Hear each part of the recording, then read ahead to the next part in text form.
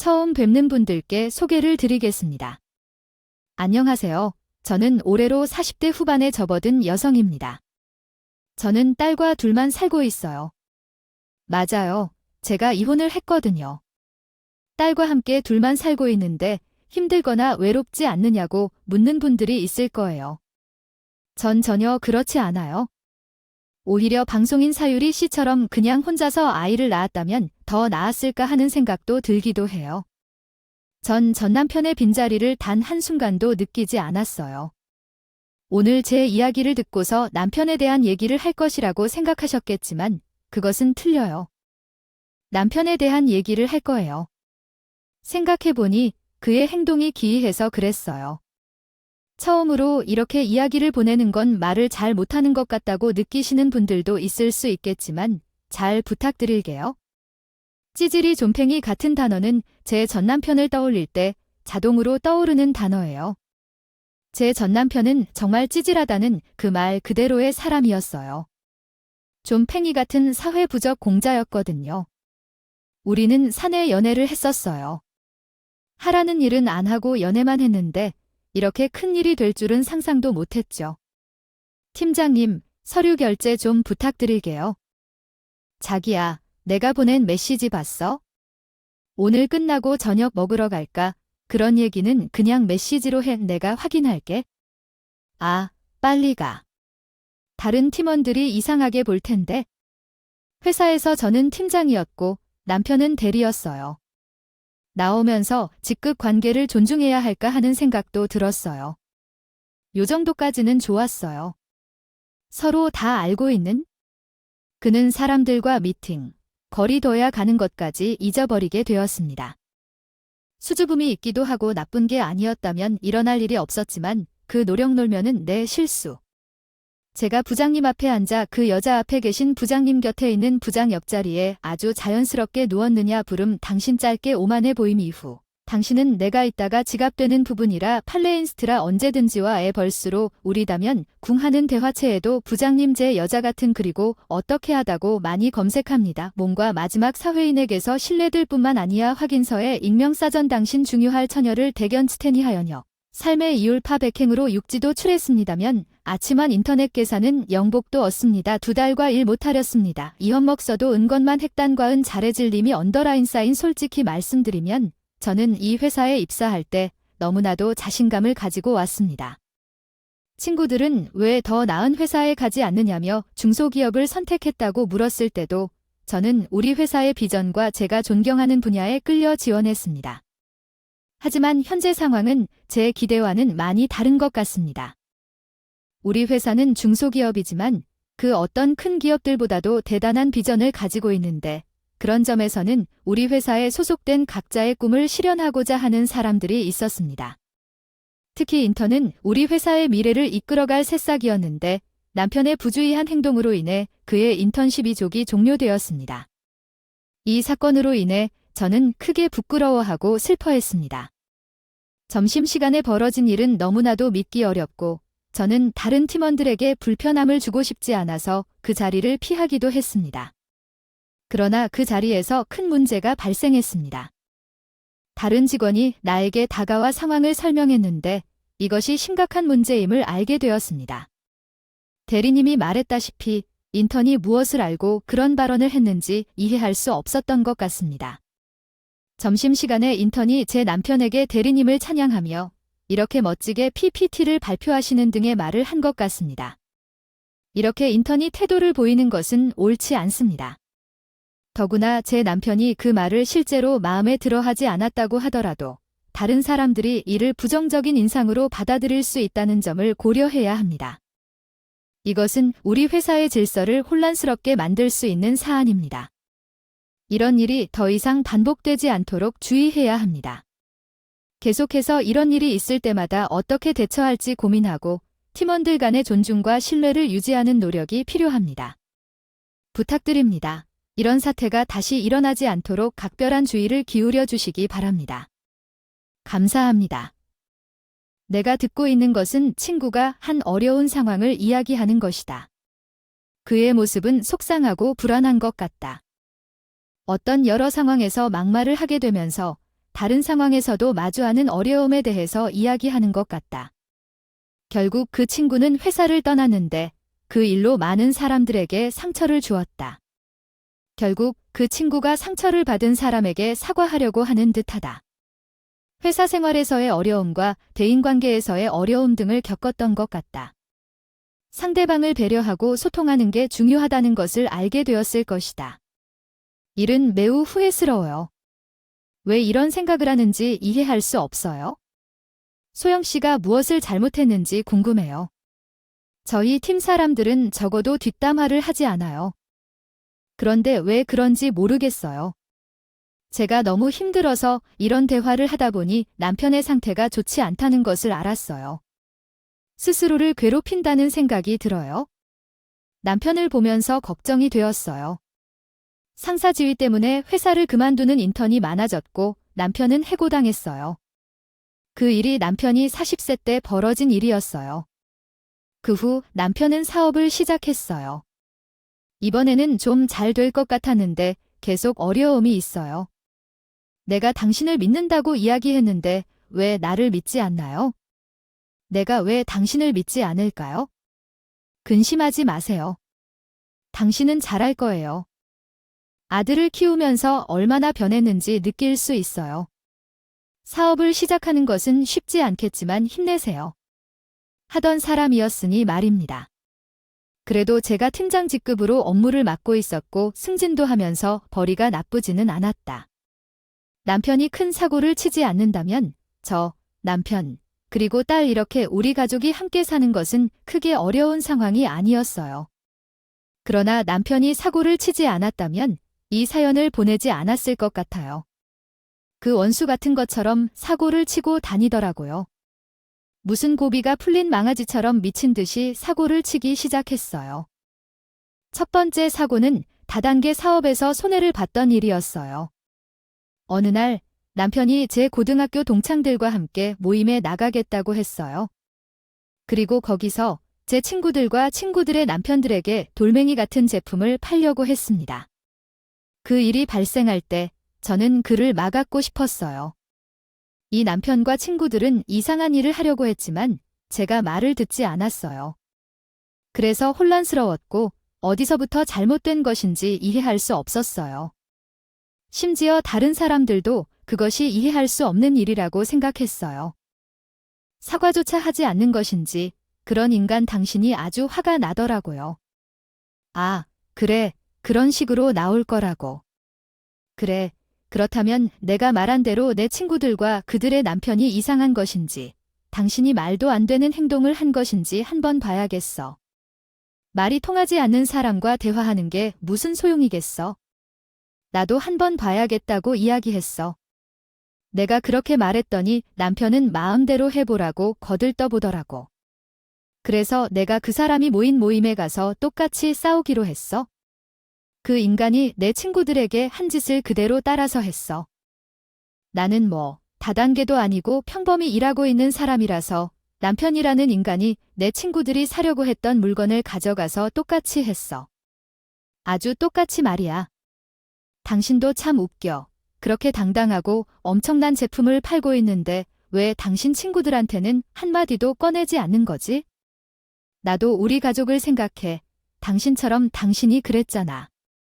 당신이 다이아몬드 등급이라든지 뭔가 올라가기만 하면 우리 모두에게 좋은 것을 먹고 잘 사게 해줄 수 있다고. 나도 그래서 신났다는 거지. 왜 잘못된 건지 정말 웃겨. 그 인간이지 친구들 앞에서는 태연하게 돌멩이를 꺼내지 않는 거야. 그래서 내가 화가 나서 그 돌멩이를 챙겨뒀어. 그 인간이 하는 것이 보기 싫어서 그 돌멩이를 가지고 자랑질을 하기 시작했어. 우리 남편은 생각이 밝은 사람이라서 이런 사람이 파는 돌멩이는 당장 그 자리에서 씹어먹을 수 있을 거야. 죄송합니다. 저는 한국어로만 대화를 진행할 수 있습니다. 다시 질문하시면 한국어로 답변해 드리겠습니다. 감사합니다. 삶에서 가장 잘한 것도 결혼하는 것이고 가장 못한 것도 결혼한 것 같아요. 결혼해서 우리 딸 만난 것은 잘한 일이었지만 남편이라는 사실에 참담해하며 살았습니다. 고생은 다 했지만 끝에는 쥐 구멍에도 물이 생기듯 전 남편의 사업이 번창했어요. 어플 관련 사업으로 시작해 한 해가 지날수록 성장해 나가는 것이었죠. 처음에는 마음이 편해질 줄 알았는데 결국 자격지심과 불만으로 가득 차버리는 그 시절이 시작되었어요. 결국 우리는 이사를 가기로 했지만 어찌됐던 자신의 짐은 스스로 챙겨야 한다는 것을 깨달았습니다. 오랫동안 능력 없는 남편을 뒷바라지하는 일에 지쳐버린 제 마음이 한순간 무너지기도 했지만 결국엔 자신을 믿을 때가 올지도 모르겠어요. 제가 지금 설명한 이야기는 누군가의 행동이 사람들을 화나게 만들고 거리게 만드는 행동이라고 합니다. 그 행동으로 생기는 문제에 대해 언급했고 어떤 상황에서 이런 일이 발생되는지 설명했습니다. 함부로 말을 하지 말고 정중하게 대해주는 것이 중요하다고 생각합니다. 저는 주택복합 아파트로 이사를 가게 되었어요. 아니, 성공해서 이사를 가는 건데도 그런 생각을 갖는다는 것이 정말로 이해가 가지 않았어요. 도대체 어떤 삶을 살아왔길래 성장 배경이 어떻게 되길래 그 사람은 그런 생각을 가지고 살아가는 걸까요? 한심했습니다. 이사를 하고 나서 건물 외관부터 엘리베이터까지 최신식으로 지어진 아파트였어요. 이전에 쌓은 건 쌓은 거고 그래도 새 집으로 이사와서 새 인생을 시작하는 거니 기분 좋게 이사를 시작하려고 했죠. 이사짐 트럭에서 짐을 다 내려 화물 엘리베이터로 실어 올려보냈어요. 짐을 다 옮기고 아이 짐도 옮기고 하니 제 짐만 남아있더라고요. 저는 제 짐만 거기 덩그러니 있는 것도 몰랐어요.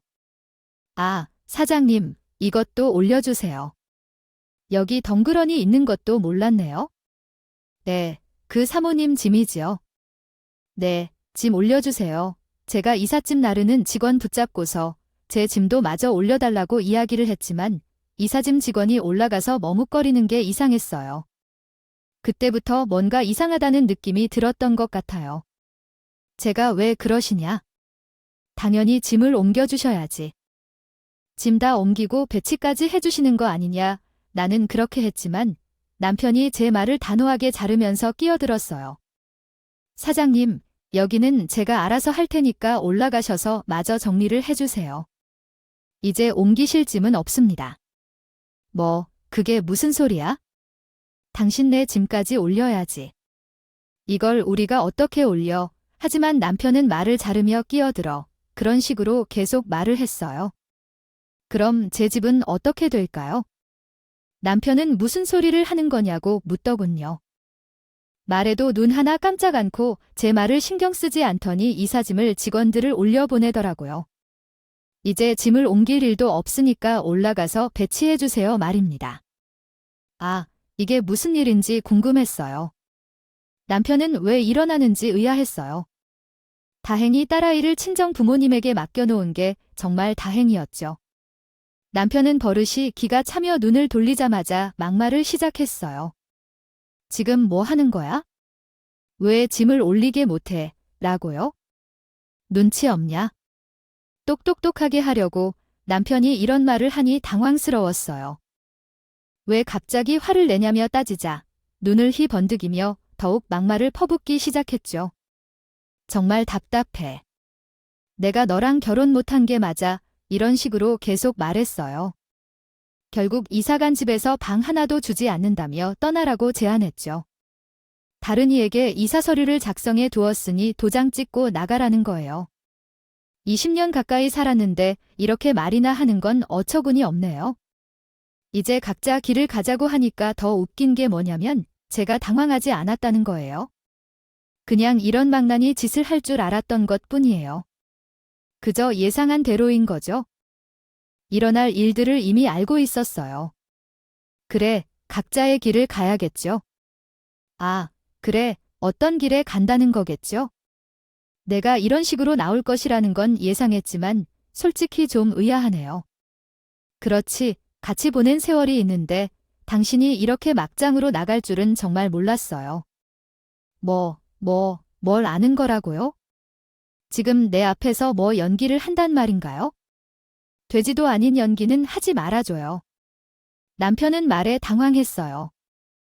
그래서 자기가 그렇게 미친놈처럼 보자고 말했는데, 그리고 그러고도 제게 헤어지자고 했는데, 전 아무런 타격 없이 그럴 줄 알았다고 하니 얼마나 당황스러울까요? 그 사람한테 이야기를 이어나가며 말했어요. 왜 내가 당신의 예상대로 아무런 타격도 입지 않아서, 왜 경미 씨가 지금 올 준비를 했는데 내가 빨리 사라져서 그게 당황스러운 거지? 뭐야, 어떤 말을 하려고 하는 거예요? 방금까지 말이 잘 됐잖아요. 나의 짐이 하나라도 내 짐이 들어있었을 것 같아. 내 짐은 없어. 우리 짐 하나도 없이 다 알고 있었다고 했잖아요. 정말로 다 알고 있었어요. 경미하면 말인데 어느 날 퇴근길에 경미라는 여자가 자기 이름을 밝히면서 나를 부르더라고요. 그리고 그 여자와 마주 앉은 뒤에 믿기지 않는 말을 들었어요. 그 사람이 자기가 이혼남인 줄 알았어요.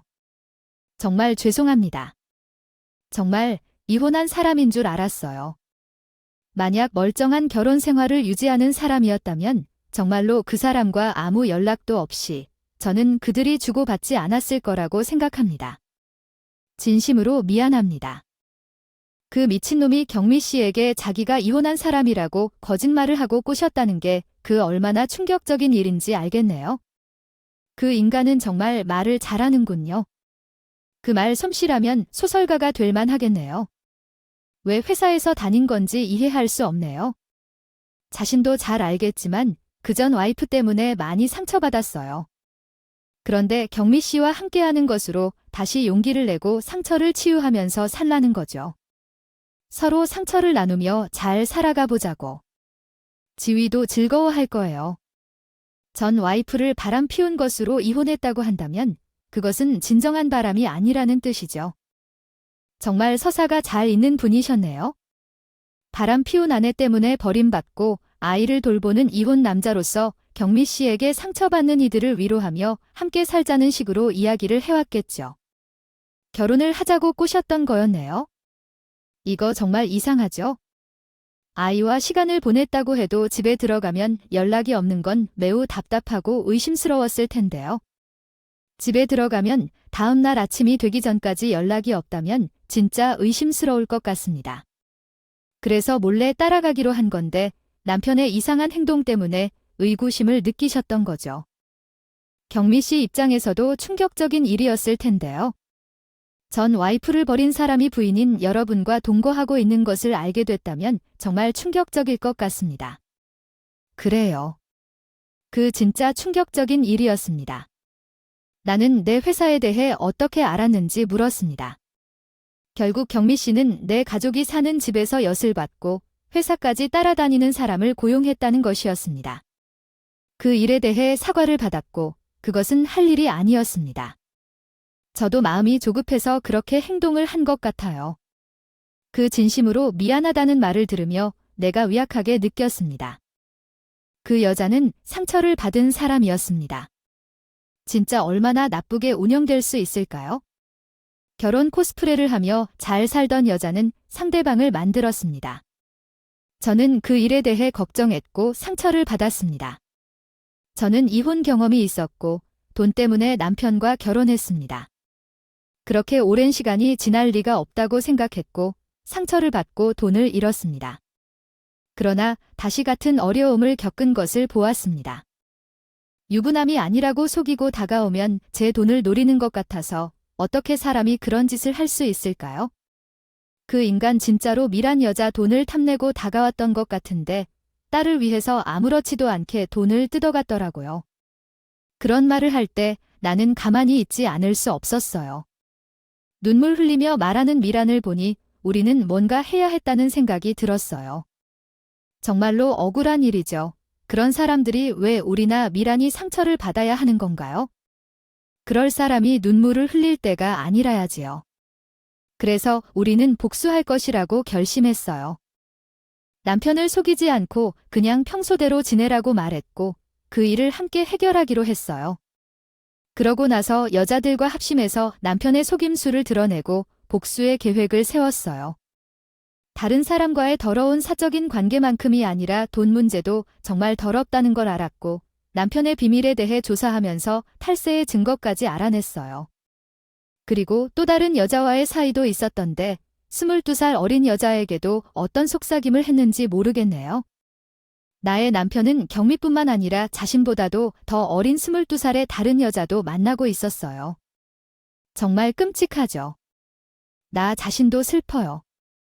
경미도 그러려니와 분노하면서 반드시 나의 남편을 벌받는다.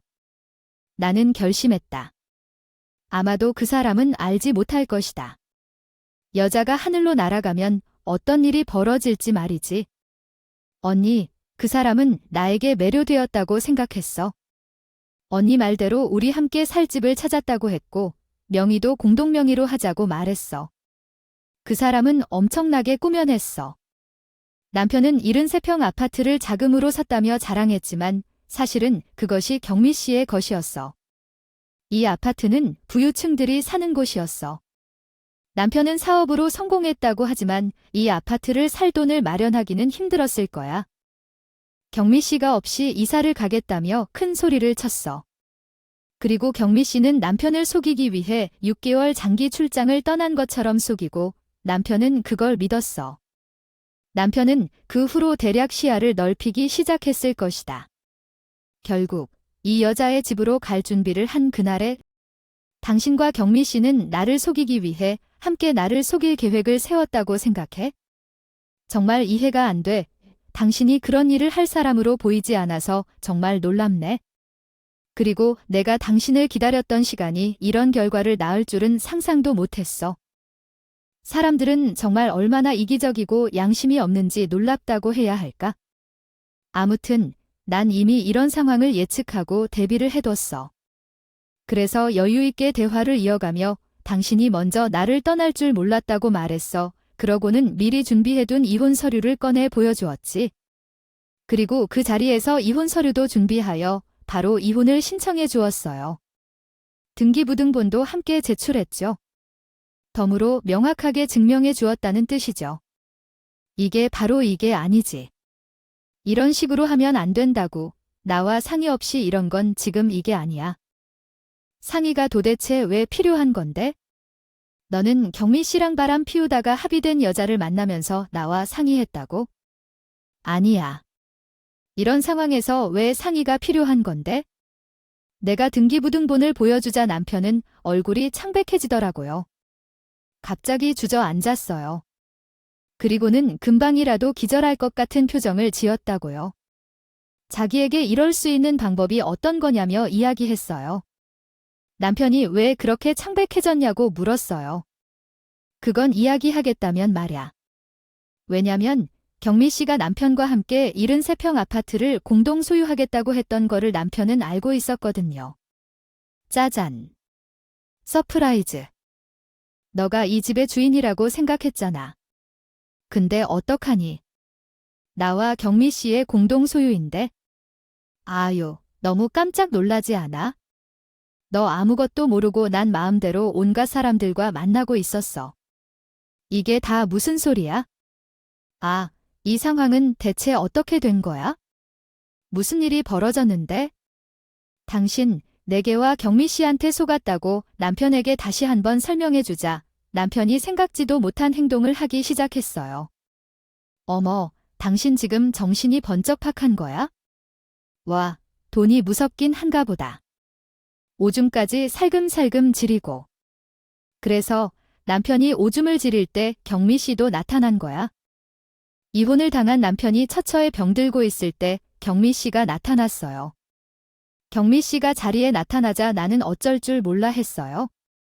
하지만 어쩔 줄 몰라 하는 건 그 인간 혼자였어요. 경미 씨도 나와 같은 차분한 목소리로 그 망나니한데 할 말을 했어요. 우 더럽다. 오줌 지린 것도 더럽고 내가 나랑 내 아내 되는 사람한테 한 행동도 더럽고 말이야. 내가 정확히 7개월 전에 내가 나를 속인 거 알게 됐거든. 당신 참 간도 크다. 그렇게 거짓말하는 게 영원히 지속될 것 같았어. 정말로 나 아무것도 모르고 내가 하는 그 말에 속아서 너랑 결혼할 줄 알았냐고, 경미야? 이게 뭐가 꼬인 것 같은데? 나 이 여자랑 정말로 정리하려고 했어? 정리하고서 너랑 다시 새 출발하고 했었던 거야. 그렇게 차분하게 말하던 경미 씨가 남편 놈 얼굴을 철썩고 날렸어요. 세상에나 보기보다 손이 꽤 맵더라고요. 남편놈 얼굴이 빨개져서는 순식간에 부어올랐어요. 경미 씨는 그런 남편놈 얼굴을 보는 둥 마는 둥 하면서 자기 할 말을 계속 이어나갔어요. 나 일부러 당신 유부남인 거 모르는 척하면서 꾸민 거야. 그리고 내가 공동명예 해주겠다는 말을 당신이 철썩 믿은 거고, 근데 당신이 기고만장하게 했지만 정작 공명이 자는 당신 와이프 다시 보기 주장하거나 나쁜 짓 하면 어쩌려고 하냐고 물어봤어요. 경미 씨가 당신 너는 못 믿어도 나는 믿는다고 말했어요. 이런 것들이 아주 쌍으로 나를 갖고 놀았어. 사람 하나 등신 만드니까 좋았냐? 응, 좋았냐고. 뭐래, 등신짓 하고 다닌 건 너야? 어디서 큰 소리야, 경미 씨가. 그녀가 공동명의를 제안했을 때 경미 씨의 부와 함께 건드리고 싶지만 없다는 걸 알게 됐어요. 한국과 외국에 집이 있다고 해요. 남편에게 이 정도의 복수를 할 수 있다면 아파트를 내어줄게라고 했어요. 실은 따뜻한 집을 원하다며 씁쓸한 미소를 짓지만 이런 말을 했어요. 이 집은 내 거야. 넌 여기 못 들어와. 이후 남편과의 관계가 끊어지게 되었고 새로운 도화를 찾을 때 버림을 받았어요. 그 후 남편이 나에게 매달린 채 살려달라 하며 울고 떠들기 시작했어요. 결국 이혼을 결정했죠. 서류를 던져준 뒤에 경미 씨와 함께 그 자리를 떠났어요. 한참이나 지나서야 정신을 차린 것 같아요. 한참 지나서도 제게 미친 듯이 전화를 걸어왔어요. 제발 한 번만 다시 만나서 이야기 좀 하자고 말했어요. 입에 망덕한 남편은 저한테 사에서 벌어둔 본인 재산으로 해코지를 하더군요. 나랑 이혼한다고 내 재산을 내가 다 가져갈 수 있을 것 같아. 아, 절대 못 그래. 이 돈은 내가 다 가지고 있을 수 있다고. 그래서 배 굶고 사는 것보다 내 돈으로 살면 더 낫지 않겠어? 제발 이러지 마세요. 아우, 진짜. 이런 소리를 하려고 불렀니? 내 돈 마음대로 쓰면서 살 거였으면 너랑 이혼도 안 했을 텐데. 남자라면 한 번만 바람도 필 수 있겠지? 하고 넘겼겠지만 내 돈 다 빼서 올 심상이 그러니깐 대차에 이혼하는 거야. 어떻게 내가 내 거 아이고 무슈세라. 그래, 그 73평 아파트는 빼앗겼어도 내 것은 절대 못 빼앗길 줄 아세요. 여보야, 어차피 당신이 유책 배우자. 나한테 자료랑 재산 분할 다 해줘야 돼. 그리고 더군다나 너 같은 인간이 내 뒤에서 불륜을 조장하면서 내 등을 가르려 시도한 증거가 있는데 내가 어떤 권리를 가지겠어. 안 그러니까 그럼 내가 가장 소중히 여기는 우리 딸 양육권은 내가 가져올 거야. 어떻게든 우리 딸 양육권은 가지고 와서 너한테 매달 양육비 뜯어갈 거라고. 남편이 그렇게 해코지 아닌 해코지를 했지만 이미 남편이라는 그 갖는 양육자로서 자격도 없는 상황이었어요. 아이가 어느 정도 커서 엄마랑 아빠 중에 누구랑 살고 싶냐고 물어봤는데 당연히 저랑 살고 싶다고 답했어요. 그 사람은 재혼으로부터 이혼의 영리와 고통을 만난 인간입니다. 그 사람은 사실 당사자로부터 직접 듣지 않았어요. 지금은 여전히 그 사람과 연락이 끊어진 상태입니다. 술에 취해 전화를 걸며 자신이 자기와 딸을 잃은 것 같다며 회사도 어려워져서 도전적인 상황이라고 말했어요. 이러한 결론은 자신에게 돈을 빌려달라는 것이 아닌가요? 뻔뻔함이 도를 넘어도 너무 넘은 것 같지 않습니까? 제가 장담하건대 그 인간 배고파서 굶어 죽을 일은 없을 거예요. 왜냐하면 돈 앞에서는 자존심도 뭣도 없는 놈이라 금세 다른 여자에게 빌붙어서 기둥서방을 하면서 살게 되니까요. 하지만 이제는 젊지도 않아서 그게 쉽지 않을 거예요. 그래도 어쨌든 돈이 없으면 손발을 마구 밟고 살아야죠. 자업자득이죠. 그리고 그 뒤 경미 씨랑 있었던 일을 말해 드릴게요. 전 당연히 일이 끝났으니 그 집은 경미 씨 명의로 가져가라 했어요. 어차피 내 것도 아니니까요. 당연히 원주인 명의로만 되어 있는 게 맞으니까. 우리의 동맹은 이제 종료예요. 저 부담이 되지 않으시면 그 집에서 계속 살아도 돼요. 손살에 처지지 말고 전 진심으로 드리는 말씀이에요. 아이고, 나는 이런 큰 아파트에 부담스러워서 못 살아요.